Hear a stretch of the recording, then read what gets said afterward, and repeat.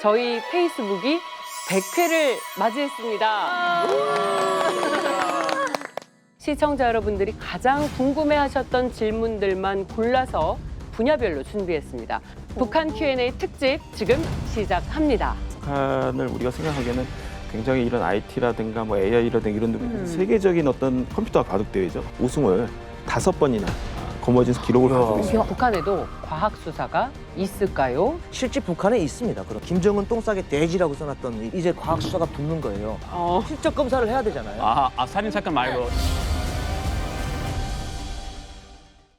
북한의 실상을 마주봅니다. 페이스북. 오늘 저희 페이스북이 100회를 맞이했습니다. 와!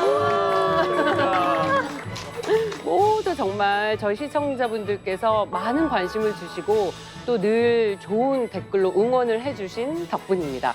앞으로 200회, 300회를 넘어서 달려보겠습니다. 그래서 오늘은 100회 특집답게 더 특별한 주제 그리고 더 특별한 분들과 함께합니다.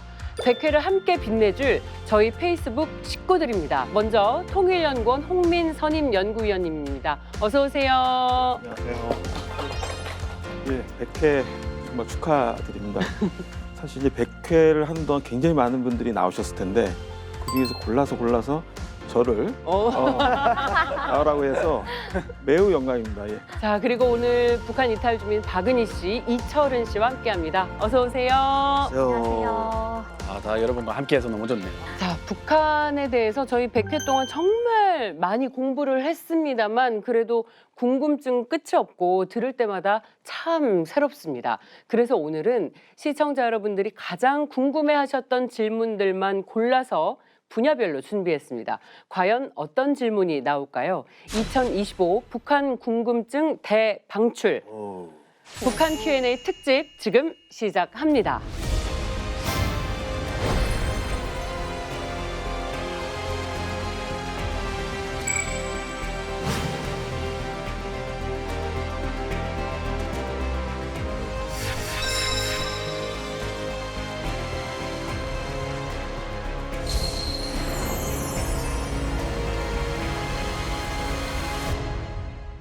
자, 오늘 함께할 주제를 띄워볼게요. 과학, 사회, 경제, 문화 등 다양한 주제가 준비되어 있는데요. 첫 회부터 함께 우리 크리스에게 첫 질문 선택권을 드리겠습니다. 좀 신중하게 골라볼게요. 요즘 트렌드가 다 문화에서 시작되잖아요. 그래서 저는 문화를 첫 질문으로 고르겠습니다. 좋습니다. 자, 문화 분야 질문은 뭘까요? 바로 북한판 오징어 게임, 북한의 놀이 문화입니다.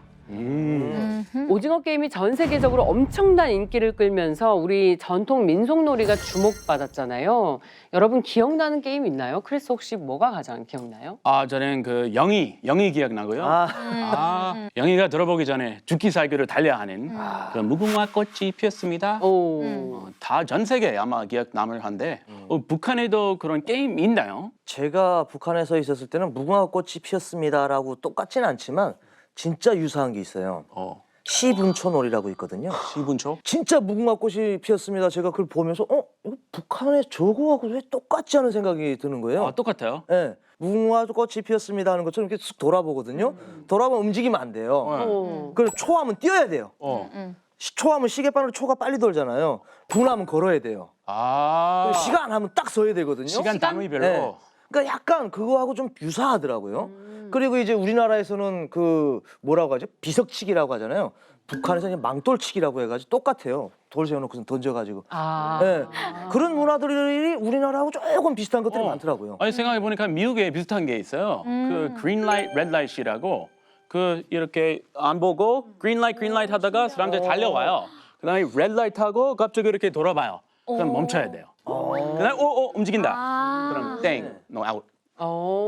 green light, red light. 네, 아마 신호등 지키기면 옛날에 좀 정부가 좀 줄 수 있게 해라. 뭐 그런 의미로 만들지 않았을까? 잘 모르겠지만 많이 했어요. 네, 그 한국처럼 비슷한 게임이 있는데 그 꽁꽁 숨어라 머리카락 보인다 뭐 이런 그 젠지 세대는 모르겠지만 옛날에는 어리신 분들이 했다고 하더라고요. 그래서 북한에도 그런 꼭꼭 숨어라 머리카락 보인다라는 게임이 똑같은 게 있고요. 그리고 우리가 살구씨 가지고 꽁기놀이를 하거든요. 근데 살구는 특정 기간에 나오기 때문에 돌멩이 동그란 거를 만들어가지고 5개로 꽁기놀이를 합니다. 그래서 한국이랑 비슷한 게임이 북한에도 존재합니다. 아우. 네, 배고프면 맞아요. 그 앵두씨 그 살구씨 깨서 먹고. 깨서 먹고 맞아요. 치즈 먹어요? 네, 꽁기놀이 하다가. 그 5개는 딱 남겨두고 꽁기놀이 하려고. 전 세계 비슷비슷한 게 있는 것 같아요. 예, 예. 북한과 한국이 어쨌든 게임 소재의 측면에서는 약간 정서적으로 공감하는 부분이 일정 부분 있는 것 같아요. 이제 그럼에도 불구하고 이제 북한은 어쨌든 약간 민속적인 전통적인 부분의 소재 또는 군사주의적 소재 이 두 가지가 크게 아마 축을 이루는 것 같아요. 그러니까 우리처럼 이렇게 뭐 자본주의 시장 경제의 다양한 어떤 이런 소재들을 활용하기는 좀 어렵고 민속적인 것이 그나마 정치 세계에 있어서 좀 더 자본주의적인 것을 제어할 수 있는 요소가 있기 때문에 최대한의 어떻든 이제 약간 민속적인 쪽에 약간 방점을 찍는 부분이 있고 또 하나는 이제 군사주의, 소위 이제 미제국주의라든가 또 한국에 대한 적개심 이런 것들을 워낙 이제 어려서부터 이제 교육을 시키기 때문에 그런 소재가 자연스럽게 이제 몸에 배어 있죠. 예를 들면 뭐 진지 점령하기, 뭐 군기 빼앗기 이런 것처럼 맞아요. 어렸을 때부터 하던 것들을 그대로 이제 이런 게임 소재로 삼고 있는 부분이 상당히 흥미롭다고 봐야겠죠. 진지 점령하기. 그런 제가 게 어릴 있어요? 때 진짜 많이 놀았는데 진지놀이라고 있거든요. 맞아요. 밥이에요? 그 진지가 아니고요. 진지 자투소. 진지하다고? 진지. 군 부대 진지 같은 거를 점령하는 거예요. 기지. 예, 예. 그래서 여기서 한 기지가 있고 저기 하나가 있어가지고 몰래 접근을 하든 숨어서 가든 어떻게 하든 변신을 하든 내가 무조건 가가지고 여기다 깃발을 꽂는 거예요. 아. 그 진지놀이라고 하거든요. 그것도 많이 했고 그리고 이제 총알 따먹기. 총알 총알 따먹기라고 해가지고 군인들 사격하고 그리고 노농족이대 이제 사격하고 나면 탄피들이 그냥 놔두나 봐요. 그럼 학생들이 거기서 탄피를 주워다가 그 총알을 원 안에다 놓고서 그 따먹기를 합니다. 예, 총알 따먹기. 그런 거 좀 딱 때려가지고 나가면 그 따먹기 하는. 그 이런 탄피로 하다니. 남자들은 조금 그런 게 많아요. 그리고 이제 군사놀이라고 했는데 정말 기억에 남는 게 8살 때부터 저희가 초등학교 때부터 하나 정말 재밌게 한 군사놀이랑 비슷한 운동의 게임이 있어요. 크리스를 보면 막대기로 때려쳐야 될 것 같은 그런 건데 미국놈 때려부시기라는 게임이 있어서 저희가 미국놈 그 인형을 만들거든요. 그래서 집에 있는 솜이라던가 쓰지 않는 옷들을 다 만들어서 그 모양을 만들고 이렇게 세워 놓은 다음에 학급끼리 3개 학급이 있는데 릴레이 게임처럼 막대기를 들고 막 뛰어가서 때리고 오고 그다음에 마지막 빨리 뛰어서 이제 때린 친구가 나가서 이제 불을 지펴서 죽이는 거예요. 굳이 불을 지펴가지고 예. 아프게. 네, 미안하지만 네 그때는 미국 놈을 그렇게 죽여야 되는 줄 알았습니다. 화형이네요. 그러니까. 네, 네, 마지막에 이제 화형까지 제일 빨리 화형을 시키는 그 학급이 이기는. 심지어 학교에서 하는 네, 네. 단체가 정말 가을 단체 운동회에서. 사실 어렸을 때 이런 전통놀이 많이 하지만 요즘 친구들은 뭐 컴퓨터나 모바일 게임 많이 하지 않아요? 혹시 북한에도 그런 게임 있나요? 자꾸 요는 왜 저 때는이 자꾸 나오는데 제가 어릴 때는 그 게임기가 이 모바일 게임이 아니고 이만한 기계가 있어요. 그 오락기계라고 했는데 북한에서는 예, 오락기계에다가 그 뭐 테이프라고 해야 되나? 그걸 갖다 꽂는 게 있어요. 게임기. 예, 그거 갖다 꽂고 이게 TV에다 연결해 가지고 하는 거거든요. 그 잘 안 되면은 또 하고 침 발라 가지고 또 다시 넣고 해 가지고 하는 건데 그때 제가 제일 많이 했던 게 이제 마리오. 슈퍼 마리오? 예, 마리오. 그리고 안 했어요. 곤드라라고 해가지고 총 쏘는 게임이 있어요. 곤드라. 예, 뭘 먹으면 아이템을 먹으면은 총알 한 알만 나가던 게 여러 개로 바뀌고 막 그런 게임이 있거든요. 그때 제가 어릴 때 가장 많이 했던 것 같아요. 그 게임. 아니 보이부가 그런 게임 해도 돼요? 그건 그때 단속 안 했어요. 뭐 마리오고 뭐고 그런 맞아요. 게임에 대한 통제는 안 했기 때문에. 일본 게임 해도?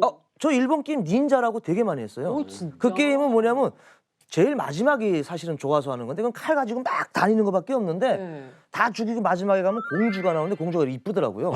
그래서 사실은 했던 게임인데 일본 게임 뭐 미국 게임 다 해도 그건 통제를 안 했어요. 그랬구나. 그때 왜 그랬는지 모르겠는데 저희가 그 컴퓨터가 저희 집에 이렇게 뿔룩 나온 컴퓨터가 있잖아. 2009년도인가 그 컴퓨터를 샀어요.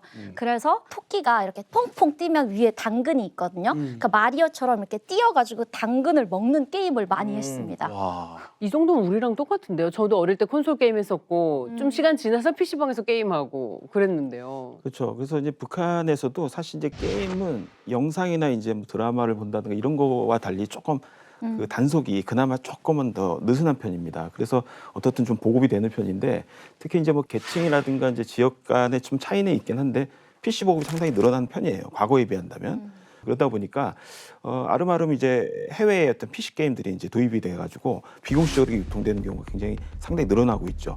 특히 요즘에는 이제 PC방도 이제 김정은이 적극적으로 육성해라. 그래서 지금은 지방 건설을 하고 있는데 지방 건설을 하고 있는 그 읍의 핵심 지역에 PC방을 아예 그냥 사용할 수 있도록 건설해라. 뭐 이렇게까지 지시를 하고 있습니다. 그래서 상당부 그런 부분에 익숙하고 최근에는 이제 아예 멀티플레이 게임까지 이제 하는 추세가 나타나고 있는데요.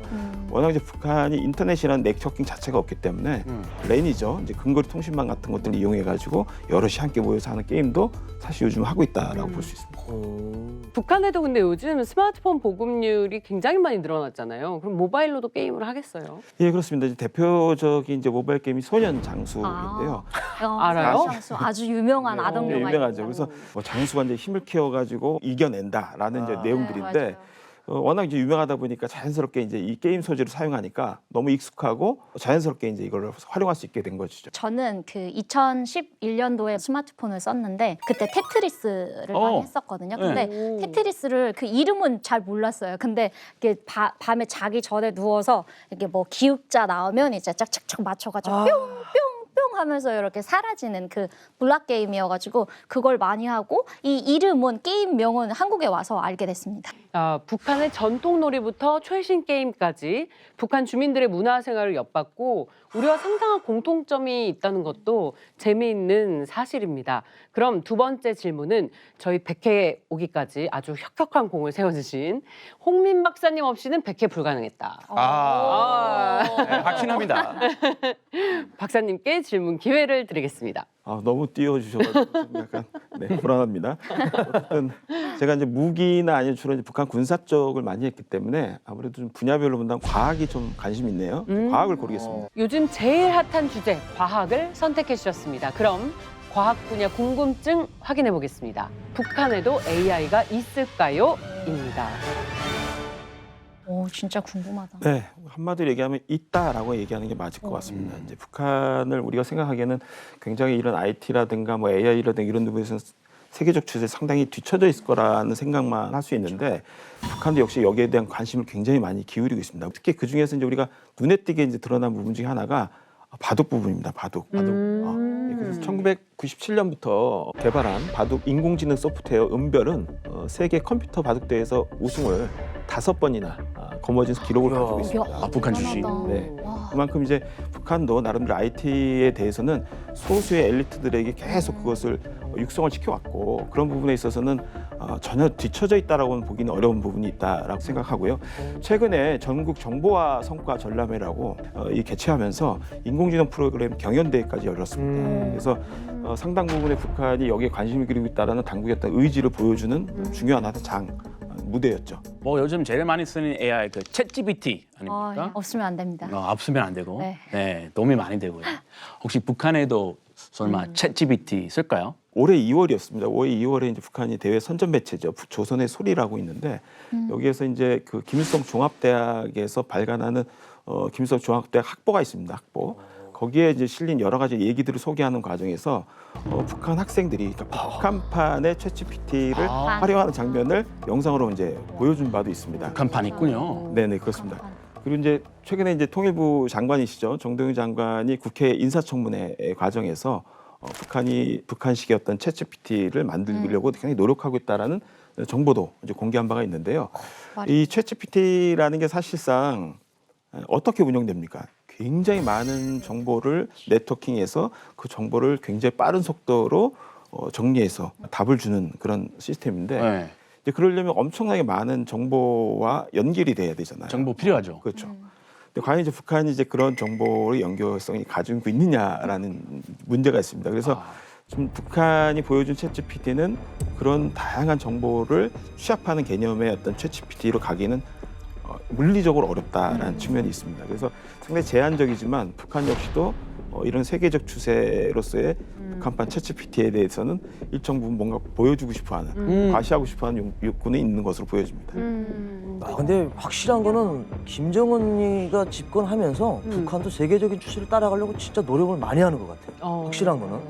제가 놀랐는데 최근에 약사 로봇이 등장을 해가지고 약사? 예, 약사 로봇이 등장을 한 거예요. 아, 로봇이에요? 예, 제가 있었을 때 상상도 못하는 일이 지금 북한에서 일어나고 그냥 너무 놀랐어요, 저도. 조선신보라고 이제 조총련, 일본에 있는 조총련계에서 발간하는 기관지가 있습니다. 여기에 등장한 사진입니다. 평양에 도입된 의료 부분에서 이것을 지원하는 AI라고 하면서 그 로봇 사진을 저렇게 공개를 했는데요.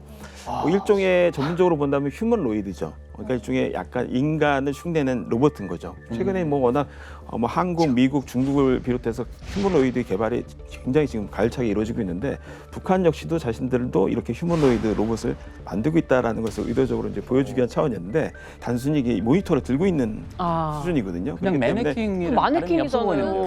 로봇인지 매네킹인지 구분이 안 가요? 움직이는 건가요? 간단하게 이제 목이 돌아가고요. 아, 돌아가요. 약간의 이제 눈이 놀랍지 깜빡이는 않습니다. 정도가 이제 이루어지는데 요즘 매네킹도 이렇게 돌아가는 게 있어요. 그렇죠. 그래서 아주 초기에 휴머노이드를 우리가 개발할 때 초기에 있었던 정도의 수준을 이제 보여주는데 이제 그쳤는데 이제 그럼에도 불구하고 북한이 이런 휴머노이드를 보여주는 이유는 자신들의 의료봉사 체계에 이런 것들이 도입되고 있고 첨단화되고 있다라는 것을 대내적으로 선전하고 대외적으로 이제 선전하기 위한 정도인데 현실에서의 이제 기능성은 상당 부분 제약돼 있을 것으로 사실 솔직히 진짠가? 난 진짠지 의구심부터 들어요. 저 사람 들어가서 솔직히 그냥 보여주기 위해서 사람이 그냥 흉내내도 되거든요. 북한이 이제 이런 로봇을 공개한 게 이제 이번 처음은 아닙니다. 그러니까 이번 약국에서 이제 로봇이 이제 등장한 것은 이전에도 몇 번 있었는데요. 특히 이제 2024년이죠. 지난해에 3월에 노동신문에 이제 평양에 새로 생긴 모란봉 구역의 이제 의약품 관리소 소개를 하면서 여기에 로봇이 배치된 사진을 이제 공개한 바가 있습니다. 이제 그래서 뭐 이 사진만 가지고는 이게 어느 정도의 능력을 갖고 있는지는 전혀 알 수 없는데 어떻든 이런 휴먼로이드를 곳곳에 배치하고 주민들에게 이런 첨단화된 장비들이 도입된 AI 기술들이 보급되고 있다라는 것을 좀 뭔가 가시하고 선전하는 의미가 상당히 강하다고 보여집니다. AI 얘기를 하다 보니까 북한의 경제 상황이 궁금해졌어요. 왜냐하면 AI 기술이 발달하면서 여기서부터 파생되는 상당한 경제 활동들이 있고 또 이익 창출도 많이 되기 때문인데요. 이번에는 제가 경제 분야 질문을 선택해 보겠습니다. 북한에도 복권이 있을까요? 입니다. 박사님, 북한에도 복권이 있나요? 예, 있습니다. 있습니다. 근데 이게 이제 북한이 이제 공개된 정보 내에서는 복권을 과거에 발행한 기록은 남아 있습니다. 그래서 1951년이죠. 이제 한국 전쟁이 한참일 때 이제 전쟁 군수 물자를 조달하고 재원을 확보해야 되는데 아무래도 시중에 이제 돈이 없죠. 돈이 없으니까 조국 보위 복권이라는 것을 발행한 바가 있습니다. 그러니까 그건 뭐냐면 복권을 많이 사게 해서 구입한 돈으로 이제 전쟁 물자를 구입하는 용도로 이제 쓴 경험이 있습니다. 그러니까 상당히 기능적으로 이제 국가가 운영을 한 부분이 있고요.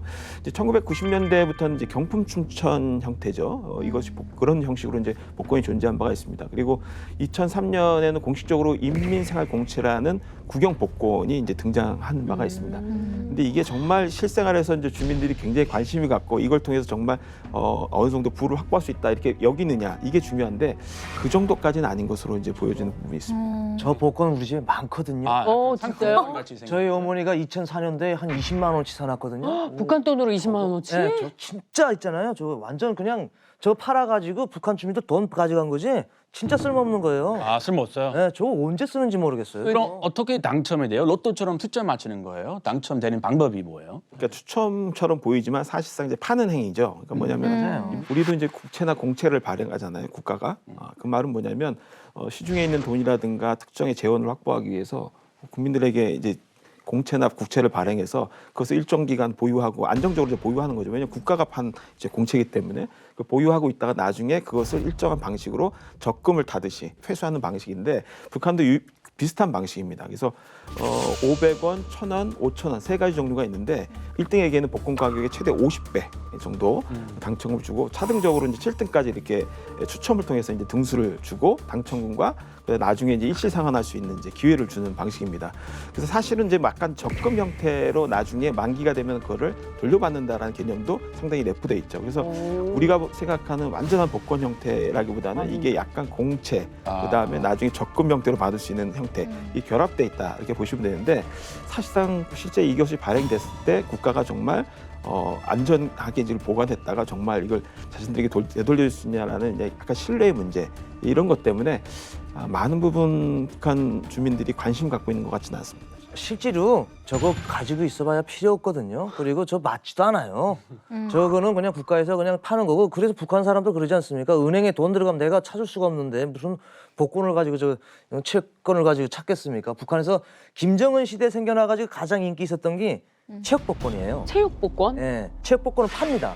이제 시내면 시내에서 복권들을 팔면은 그걸 사요. 사가지고 당일날 가면은 거기서 탁구알 있잖아요. 뭐 탁구알에다 숫자를 써놓은 것들을 이렇게 여놔요. 여놓고서 사람이 직접 다 꺼내거든요. 경품을? 그래가지고 숫자 맞잖아요. 그러면 돈을 주지 않고 그건 상품을 줍니다. 무슨 상품? 사회주의는 돈을 이렇게 막 줄 수가 없어요. 물건을 그렇기 줘요. 때문에 물건을 줘요. 물건 뭐 냉장고, 오. TV, 자전거. 제 친구 애가 그 체육 복권을 산 거예요. 사가지고 1등 당첨됐어요. 오. 당첨돼가지고 TV, 냉장고, 뭐 자전거 사가지고 장마당에다 팔고 그 돈 가지고 답사를 갔던 적이 있는데 그렇게 이제처럼 이런 인민생활 채권보다 그런 것보다도 체육 채권을 더 많이 이제 관심을 가지고 있는 거죠. 실제 물건을 주니까 그거는. 그거 뭐 근데 실용적이네요. 그 오프라인에서도 아까 체육 복권을 산다고 했는데 북한 스마트폰에서 앱으로도 복권 구입이 가능하다.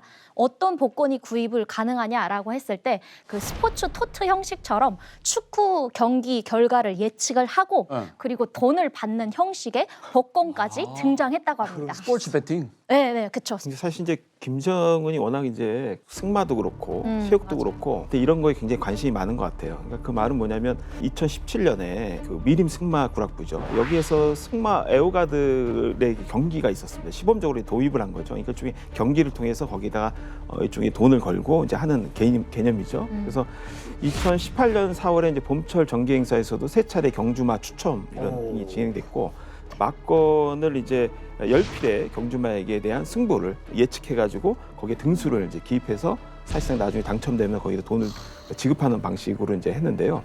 그러니까 이 김정은 시기에 이런 것이 적극적으로 도입된 것에 약간 주목을 좀 해봐야 될 것 같아요. 그러니까 김정은 자신이 워낙 말에 대한 승마에 대한 관심을 가지고 있는 것도 있고 이런 사행성, 도박성의 게임을 왜 이렇게 적극적으로 도입하려고 하느냐. 궁금한 거. 예, 굉장히 궁금하죠. 근데 우리가 이제 생각해 보면 2017년 시기에 이제 요게 이제 도입되기 시작해서 2018년 이후부터 이제 적극화됐는데 이 시기는 대북 제재가 굉장히 고강도로 이루어지던 시기입니다. 그러니까 경제의 영향이 크게 이제 오기 시작했죠. 그래서 상당 부분 경제가 위축되고 주민들에게 생활도 직접적으로 이제 어려움이 이제 더 가중되던 이제 시기였다는 점을 하나 고려해야 되는데요. 이제 그만큼 무슨 얘기냐면 주민들이 워낙 이제 경제적으로 힘들고 어려운 이 시기에 이런 사행성의 어떤 관심을 집중하도록 해가지고 위로해주는 역할을 한다 그럴까요? 약간 그런 요소를 상당히 정치적으로 한번 고려하지 않았을까라는 생각도 해봅니다. 오. 자, 그럼 이번 주제 선택은 철은 씨에게 넘기겠습니다. 어떤 분야 고르시겠습니까? 저는 뭐 이과 쪽하고 사실은 거리가 먼 생각인데 그래도 세계적인 추세에 맞게끔 저도 또 따라가야 되니까 과학 분야를 제가 선택을 하겠습니다. 네, 자, 과학 분야 질문 공개하겠습니다. 북한판 CSI, 북한에도 과학 수사가 있을까요? 입니다.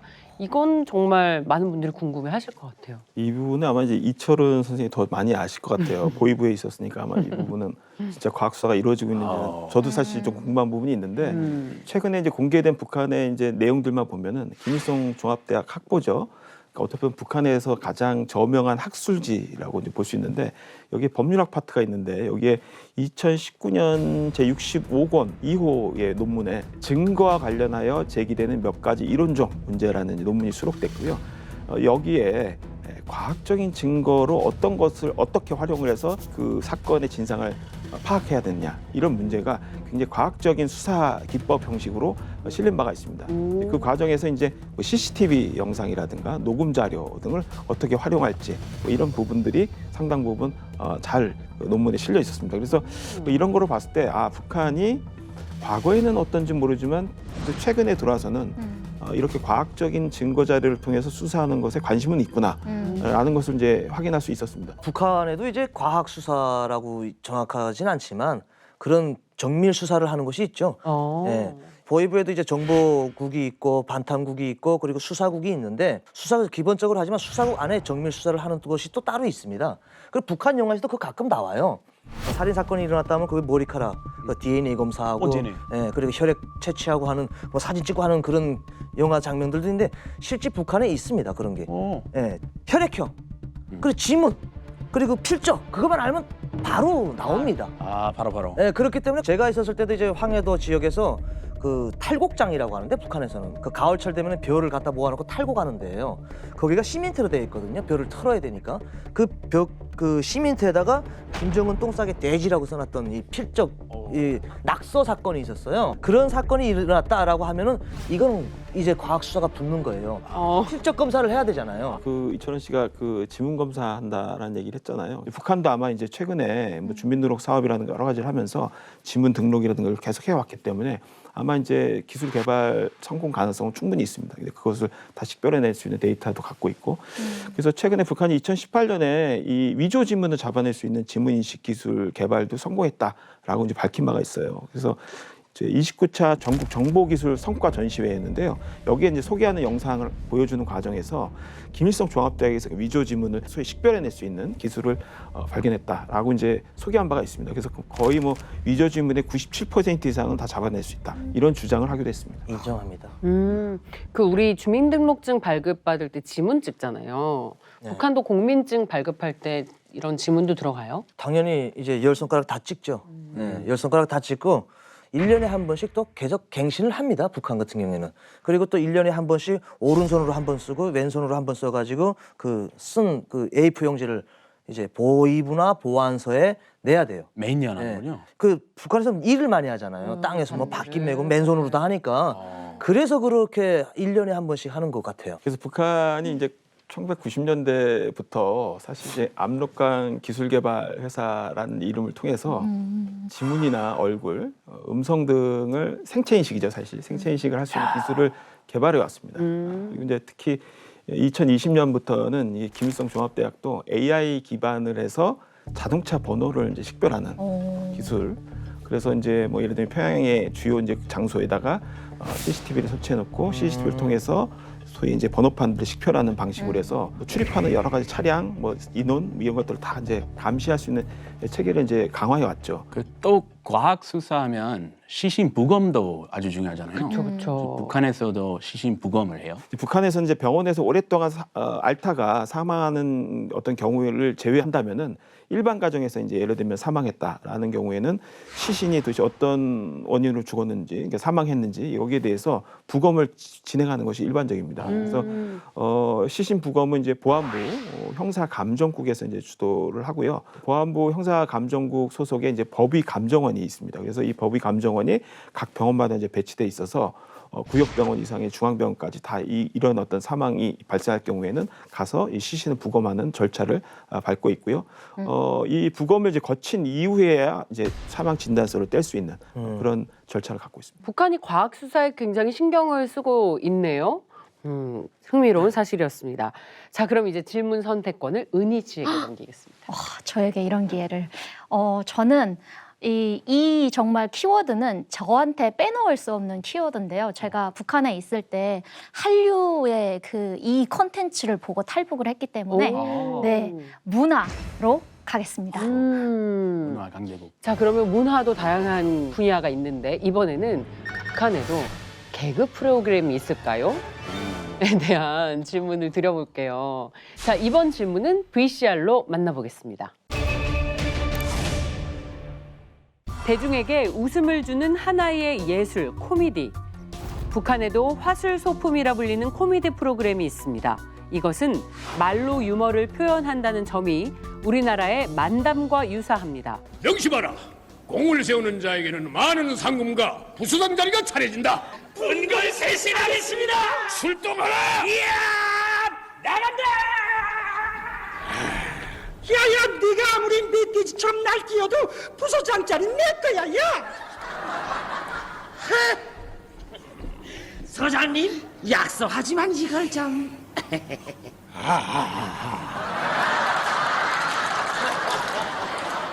북한 코미디는 1990년대 중반부터 대중에게 주목받기 시작했습니다. 최근엔 북한 주민들이 공감할 내용도 많이 다루면서 입장권을 구하는 경쟁이 치열할 만큼 큰 인기를 끌고 있는데요. 야, 배낭부터 먹기나. 야, 버스가. 천연담아. 야, 이거 무슨 배낭이 이렇게 무거워? 아니 이거. 막돌? 설명아, 기특하다. 얼마나 속이 깊습니까? 야, 젊이. 어쩌면 저런 생각까지 다 해서. 이 철없는 고사. 자기를 알고 이런 아름다운 행동도 해야지. 그러게 말입니다. 전국이. 이외에도 많은 사람이 출연하는 단편극인 촌극, 서커스와 같은 교예와 관객 참여형인 마술도 북한 코미디의 장르 중 하나입니다. 그럼 선님이 사탕을 어느 손에 감췄는지 제가 연속 3번 알아맞혀 보겠습니다. 사탕은 왼손에 있습니다. 그럼 왼손을 천천히 펼쳐봐 주십시오. 맞습니까? 예. 다시 한 번 더 해보겠습니다. 뒤로 가져가서 이번에는 손을 곱하기로 넣겠습니다. 이렇게 넣든 상관없습니다. 마음 나오는 대로. 사람들은 흔히 숨기려는 것을 이렇게 밑에 넣으려고 하고 감추려는 것을 위에 넣으려고 하지 않습니다. 동작만 봐도 눈에 선합니다. 그럼 밑에 있는 손을 천천히 펼쳐보겠습니다. 미안합니다. 북한 코미디의 주 무대는 TV나 극장인데요. 군인이나 노동자의 근무지까지 직접 찾아가서 공연하는 경우도 있습니다. 북한 코미디는 정치사업, 교훈, 규율을 전달하는 하나의 수단으로 이용되면서 그 내용을 상부에서 검열하는 것으로 추측됩니다. 심지어 김정은이 배우들의 연기를 직접 지도해 주었다는 일화도 있습니다. 지친 일상 속에서 삶의 비타민이 되는 코미디 프로그램. 북한 주민들은 이 코미디 프로그램을 얼마나 공감하며 봤을지 궁금합니다. 그럼 개그맨 같은 전문 직업이 북한에도 있어요? 그래서 이제 이런 개그맨 같은 역할을 하기까지의 어떤 과정들은 좀 우리하고는 좀 다른 부분이 있습니다. 특히 이제 북한은 연극이나 이제 영화 배우들이 이쪽에 이제 자기의 어떤 연극이나 영화 배우의 어떤 훈련들을 가는 과정에서 좀 말을 잘하고 재담이 있다 하면 이제 약간 개그맨처럼 이제 사실상 이제 육성하는 방식이죠. 그래서 예술대학에 이종의 그런 소조가 따로 있을 정도로 이제 약간 그렇게 화술조라고 보통 해서 학생들이 이렇게 개그맨들을 이제 육성하는 방식인 거죠.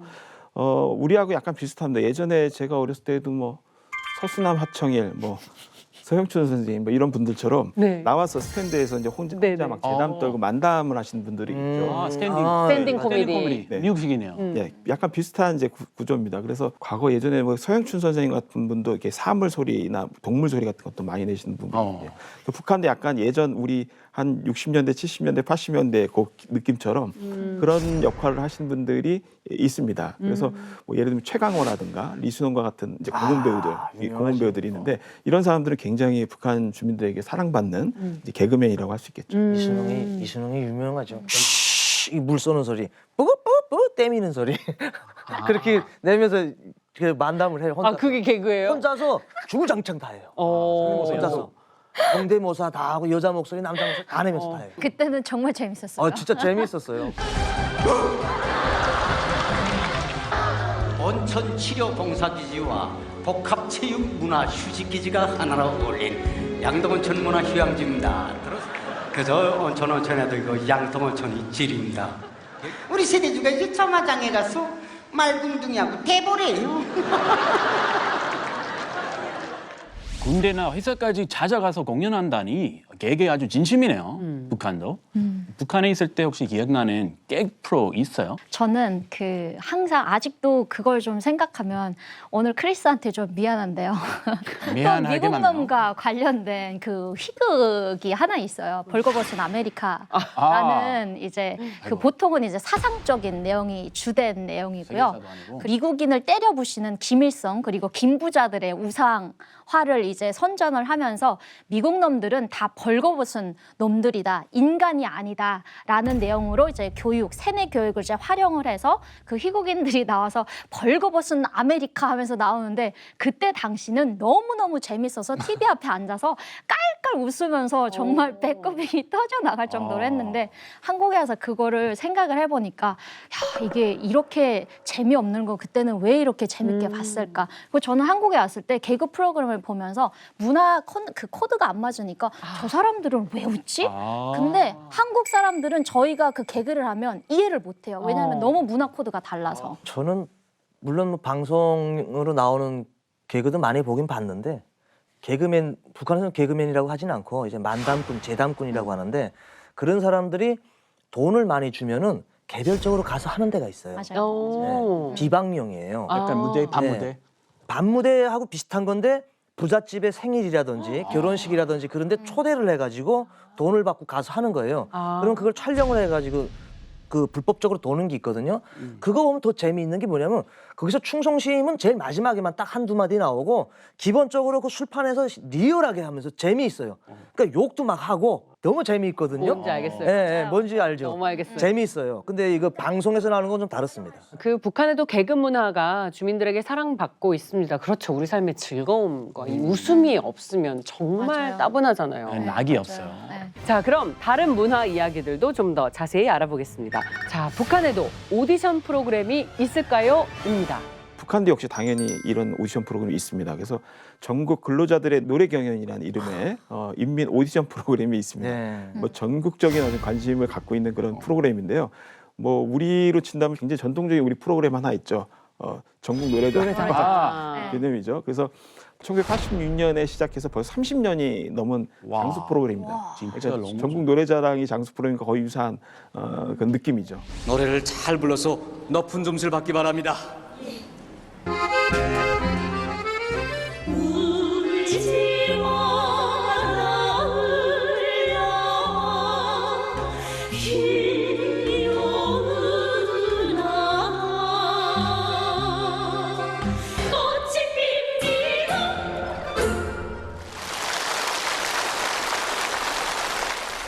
우리나라에서는 이제 전국 노래자랑과 비슷한 게 이제 전국 근로자들의 노래 경연인데 그 안에 들어가면 무슨 뭐 근로자들의 노래 경연 안에도 농민들만 또 나와서 하는 노래자랑 그리고 사무원들만 와서 하는 또 노래자랑 노동자들만 하는 노래자랑 그리고 대학생들 또 모여가지고 하는 대학생 노래 경연이 있어요. 이런 프로그램들이 북한에도 있습니다. 네, 있긴 다 있네요. 네. 북한 오디션 프로그램이 우리나라랑 좀 다른 점이 있어요, 천은 씨? 심사 기준이 다르죠. 아, 기준. 네. 우리는 뭐 본인의 가창력이라든지 무슨 실력을 많이 보잖아요. 물론 북한도 보긴 보겠지만 그것보다 그 사람이 얼만큼 당에 대해서 호소력 있게 선전을 했느냐. 아, 선전. 이 노래 하나를 듣고 얼마나 많은 사람들이 심금을 울렸느냐. 뭐 그런 기준인데 그러다 나니까 식상하잖아요. 그러네. 맨날 나와가지고 무슨 뭐 원안에 찬 뭐 받아요 하면서 뭐 있던 노래만 하니까. 식상하겠네요. 그러니까 인기는 그렇게 많지는 않아요. 솔직히. 그러겠네요. 네. 요즘에는 DVD를 보고 CD 보고 뭐 이렇게 USB에서 맞아요. 콘텐츠 소비하고 하다 보니까 그렇게 뭐 인기가 있는 건 아닙니다. 그냥 선전 용도로. 그렇죠. 근데 혹시 1등하면 혜택이 있어요? 예, 있다고 봐야겠죠. 1등에게 주어지는 여러 내용 중에 예술 선전대 같은데 이제 발탁이 돼서 스카웃되는 거죠. 또 선전. 그렇게 되면은 이제 어떻든 뭔가 약간 이제 노동이나 이런 부분에 이제 정도가 아무래도 덜 할 수도 있죠. 훨씬 더 선호할 수 있는 부분이기 때문에 이제 그런 부분에 있어서는 약간 뭔가 인생이 좀 변화될 수 있는 요소는 가족이 있다고 봐야겠죠. 최고로 변화되는 거는 지방에서 농촌에서 살다가 평양에 올라오는 거죠. 거. 네, 그러면 인생이 바뀐 거죠. 평양에 산다는 것 자체가. 평양 가면. 네. 오디션 프로그램조차 자유로운 예술 활동이 아니라 체제 유지를 위한 도구로 활용된다는 점이 바로 북한 사회만이 갖는 특수성인 것 같습니다. 그래서 다음 주제를 바로 사회 분야로 선택해봤는데요. 북한의 인기 직업은 무엇일까요? 입니다. 북한에 뭐 아무리 트렌드가 바뀐다고 해도 저는 뭐 솔직히 이거는 바뀌지 않을 것 같아요. 법관, 당일꾼 이런 사람들의 인기는 그대로 그냥 가고 있거든요. 그래서 아무리 북한 사회가 바뀌고 트렌드가 바뀐다고 해도 그거는 좀 바뀌지 않을 것 같습니다. 네, 그 직업은. 대부분의 이제 당일꾼들이나 뭐 간부들 같은 경우에 남자들이 많은데 그러면 여자들한테 정말 인기 있는 직업은 뭔지 궁금하시잖아요. 여자들한테 인기 있는 직업은 상점 판매원. 왜냐하면 여자들이 대부분 장마당에서 일을 하긴 하지만 대부분 뭐 이제 조그만 소매품 같은 거를 팔잖아요. 뭐 예를 들어서 두부밥을 판다라고 했을 때 뭐 한 개 10원, 100원 정도 남길 수 있다면 조금 상점에서 판매원이 된다는 것은 어느 정도 좀 팬시하고 엘리간트한 그런 분위기에서 전자 제품을 판매한다거나 하기 때문에 마진도 많이 들고 좀 고급스러운 이미지가 있어서 인기 있는 직업이었고, 또 남자들 그리고 여자들한테 모든 젠더한테 인기 있는 직업은 뭐였냐면 그 북한 저희 강원도에는 원산에는 강원도 도매 상업 관리처라는 게 있어요. 그러면 정부에서 만들어지는 국산품이라던가 유엔에서 들어오는 뭐 물품 그리고 인도주의로 받게 되는 모든 물품들을 그 정부에서 공급망으로 받아서 강원도에 있는 회사들에 이렇게 배분을 해주는 거거든요. 근데 북한에는 디지털화가 아니라 아날로그이기 때문에 회계원이라던가 그 안에서 일을 하게 되면은 장부를 조작할 수 있어요. 그러면 장부를 조작을 해서 그 제품들을 가져다가 자기의 사리 사욕을 채우고 그 가족을 버려먹을 수 있는 하나의 수단으로서 도매 상업 관리처에 들어가는 것도 되게 경쟁력 있는 직업입니다. 그래서 보이부가 있는 거예요. 저런 거 조사하라고. 여기도 뇌물 받으면서 몰래 득을 챙길 수 있는 그런 직업들이 주로 인기 있네요. 그리고 뭐 최근에 와서는 이제 승무원이죠. 비행기. 네네네. 승무원. 한국에서 제가 알기로는 승무원 되기가 까다롭고 좀 힘든 그런 과정인데 북한에서도 뭐 되게 힘든 직업이에요, 승무원? 예, 그렇습니다. 북한도 쉽지 않습니다. 워낙 이제 북한에는 비행편이 많지도 않고 그렇죠. 굉장히 인원도 제약돼 있는 데다가 선별하고 선별해서 외국 사람들 상대해야 되니까. 그래서 비행 승무 안내원으로 불리는 이 사람들은 보통 6년제 외국어 학원을 나와야 됩니다. 6년제. 그러니까 북한에서도 상당히 이제 높은 수준에 있는 이제 학원, 그러니까 소위 학교를 나와야 되는 거죠.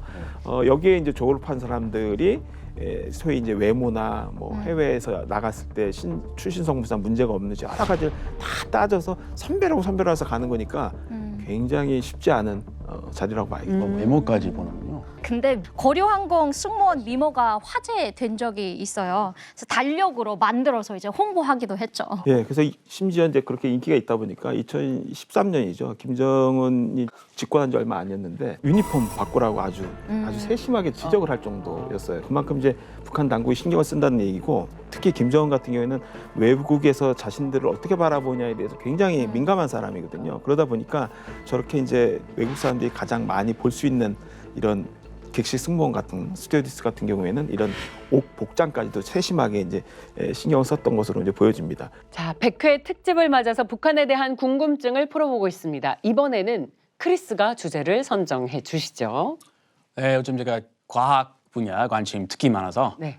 과학으로 가고 있습니다. 야, 과학 분야 질문. 이번에는 북한에도 전기차가 있을까요?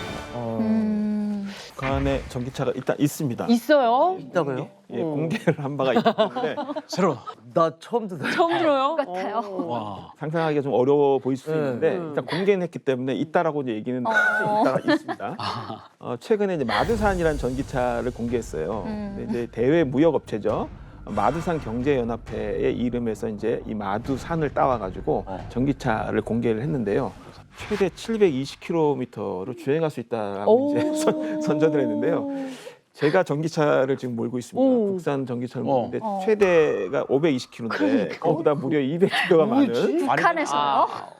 그래서 거의 테슬라보다 더 주행거리 상으로는 이제 앞설 수 있다라는 건데 상당히 놀랍죠. 네. 자, 전기차와 관련한 영상을 준비해봤습니다. 보시죠. 2023년 2년 전. 마두산. 야, 뭐야? 최대 주행거리 저기 나오네. 700. 이거 모양은 대박이다. TV 광고예요. 아니 근데 이게 그래픽인지 실물인지 잘 모르겠어요. 이 그랜저 아니에요? 뒤에가 왜 저 그랜저고 있지? 북한 거 맞아요? 아니 자세히 안 보여줘요. 그럼 그래, 배터리는 CG 어디가 어디 붙어 있는지도 안 알려주고. 왜 성능이랑 뒷모양 기능은 안 보니까 그랜저 나와요? 갖다 따다가 붙여놓은 것 같은데요. 약간. 실제로 성능은 알려져 있는 차예요. 예, 그렇지 않습니다. 이게 그 세세하게 이제 공개가 돼서 뭔가 테스트도 해보고 사람들이 타봤던 뭐 이런 경험들이 올라오진 않기 때문에 전혀 이제 어떤 성능을 갖고 있는지 확인이 안 됩니다. 타봐야 알죠. 근데 이제 일각에서 이제 우리가 아까 이제 뭐 그랜저 닮았다 뭐 이렇게 얘기도 하는데 중국의 전기차 브랜드 유명한 거 있죠. 비아드. 비아드와 비슷하다는 이제 얘기도 좀 있고, 북한이 이런 자체적인 배터리 기술이라든가 여러 가지 이 전기차 기술을 갖기에는 아직 멀었다. 대부분 이렇게 추정을 하고 있어서 그러니까 아마 이번도 전 세계적으로 전기차가 워낙 이제 유행을 하니까 북한도 이제 이런 기술을 도입해서 어느 정도 만들 수 있다. 만들고 있다. 라는 것을 일종의 보여주기 위한 하나의 그런 광고 선전 영상이 아닌가 하는 생각이 듭니다. 버드숨밖에 안 나요. 아, 난 저거 보면서 좀 답답하더라고요. 왜냐면 제가 북한에 있을 때 전기 자전거는 타봤어요. 자전거. 네. 있어요. 전기 자전거도 그 중국에서 겨우 사정사정해서 수출해서 들여온 주지 무슨 전기차도 생산한다고 하는지 모르겠는데 전기 자전거, 전기 오토바이가 있었거든요. 그거를 뭐 충전해가지고 한번 타면은 거리가 뭐 한 100km 뭐 이렇게 왔다 갔다 해요. 그거 타는 것만 해도 되게 어깨가 올라갔거든요. 그 뭐 가격이 천차만별인데 기본적으로 한 300에서 500달러짜리 타요. 네, 타는 사람들은 그것만 타도 북한 사람들이 바라볼 때 하고 바라보거든요. 근데 전기차를 탄다? 뭐 날아가는 거죠. 뭐. 아니 북한에는 차를 소유하는 것 자체가 일반 주민으로서는 상상도 할 수 없는 건데 저 전기차를 만들어서 과연 누구한테 판매할 것이며 저거는 과연 무엇을 위한 것인가 일반 주민인 입장에서 생각해보면 그런 좀 생각이 드는 것 같아요. 그리고 저는 전기차는 타본 적이 없고 상상도 해본 적이 없지만 전기로 다니는 무궤도 전차는 타봤습니다. 무궤도 전차는 위에 이렇게 전기줄 2개를 하고 그 버스에 안테나 2개가 이렇게 찌 가는 거거든요. 트램. 맞아요. 트램처럼. 근데 그거를 타면 한 10분, 20분 갈 거리를 전기가 맨날 갔다 나갔다 해서 그게 1시간 넘게 가는데 쌀이 6,000원 할 때 그게 5원이었어요. 그러면 정말 저렴한 거거든요. 근데 타면 1시간 이상이 걸려서 사람들이 타질 않아요. 거기 진짜 1년에 한두 번 정도? 그래서 그 전기 무궤도 전차 10분짜리 거리를 1시간, 2시간 가는 건 타본 적이 있습니다. 그러니까 북한이 이제 전기난에 상당히 허덕이고 있죠. 네. 사실 그걸 개선하기가 좀 어려운 이제 구조적인 문제들을 지금 안고 있는데 이제 그럼에도 불구하고 이제 세계적인 추세가 워낙 이제 전기차에 대한 개발이 굉장히 빠르게 이루어지고 있기 때문에 북한도 여기에 맞는 이제 기술 개발을 하고 있다라는 거를 의도적으로 이제 강조하려고 보이는 부분이 있습니다. 최근에 이제 북한이 이제 평양에 전기 버스를 공개한 바가 있어요. 그 노동신문에 실제 사진하고 실렸는데 뭐라고 소개됐냐면 얼마 전부터 수도의 거리에는 축전차들이 줄지어 달리고 있다라고 이제 소개를 한 바가 있습니다. 그리고 실제 이제 그것을 충전하는 이제 고속 단자를 이제 보여주기도 했거든요. 그만큼 이제 자체적으로 어떤 독자 기술에 의해 가지고 이런 것들을 개발하고 있다라고 이제 공개를 한 것인데 사실 북한이 여기에 대한 이제 관심을 가질만 해요. 왜냐하면 전기난에 시달리긴 하고 있지만 사실 유류난이 더 심각한 부분이 있거든요. 왜냐하면 이제 가솔린이든 디젤이든 간에 실제 이런 자동차를 운영하는 데 있어서 들어가는 기름이 더 이제 수입하거나 이런 거 하는 게 더 어려운 부분이 있어요. 그래서 전기 여건만 된다면 사실 전기차는 북한에게 더 유용할 수가 있는 부분이 있어요. 그래서 아마 당장은 아마 전기 전체의 어떤 인프라 구조가 안 돼 있기 때문에 제약돼 있지만 향후 아마 북한이 여기에 상당히 관심을 갖고 육성하려고 하지 않을까라는 생각이 듭니다. 자, 100회 특집을 통해서 북한의 다양한 모습을 들여다봤습니다. 어떠셨나요? 궁금증이 좀 풀리셨는지. 아직 안 풀렸다면 200회 때 준비를 해보시죠. 아직 멀었어요. 네, 저도 아직 너무 멀었습니다. 그리고 많은 정말 다른 탈북민 분들의 이야기도 많이 들어보고 싶고 그리고 더 많은 박사님들의 이야기도 들어보고 싶고 여기 올 때마다 느끼는 거는 북한에서 왔지만 아직도 배울 게 제가 살던 나라에 대해서 아직도 배울 게 많은데 시청자분들은 더 많으실 것 같아요. 그래서 정말 200회, 1000회까지 가야 되지 않을까. 덕담 감사합니다. 네. 영원이네요. 네, 그래서 계속 맨날 딱딱한 이야기를 전 많이 했었는데 오늘은 굉장히 일상적 소재를 가지고 역시 북한도 이제 사람이 사는 곳이구나 다시 한번 느끼면서 굉장히 유익한 시간이었던 것 같습니다. 네, 감사합니다. 북한에 대한 궁금증이 조금이나마 풀리셨길 바랍니다. 그리고 100회에 달려오는 동안 여러분들이 함께해 주셔서 저희 늘 많은 응원 감사드립니다. 앞으로도 더 재미있고 유익한 이야기로 찾아뵙겠습니다. 북한의 실상을 마주보는 시간 페이스북은 여기까지입니다. 다음 주 새로운 이야기로 돌아오겠습니다. 고맙습니다.